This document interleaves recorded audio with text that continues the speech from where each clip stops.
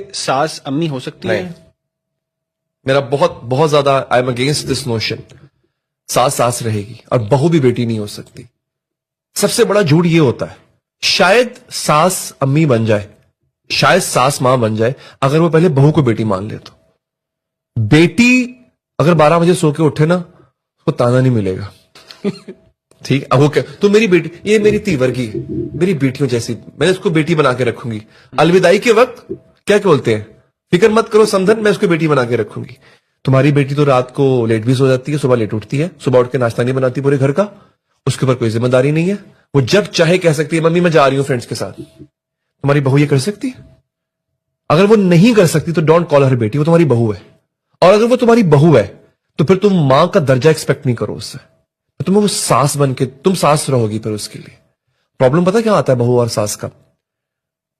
हम मर्दों का प्रॉब्लम ये, हमें बहू में बीवी में मां चाहिए होती है। और जिस रोज मां को पता चलता है ना कि ये मेरी बीवी में मां ढूंढ रहा है वो बिफर जाती है। एक प्रॉब्लम ये है, अब ये बात थोड़ी सी मैं खुली करने जा रहा हूं और ये हकीकत है।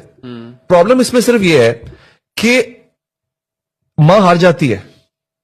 मां 24 घंटे मां रह सकती है, वो जो बीवी है ना, वो दिन को मां रह सकती है, रात को गर्लफ्रेंड बन जाती है।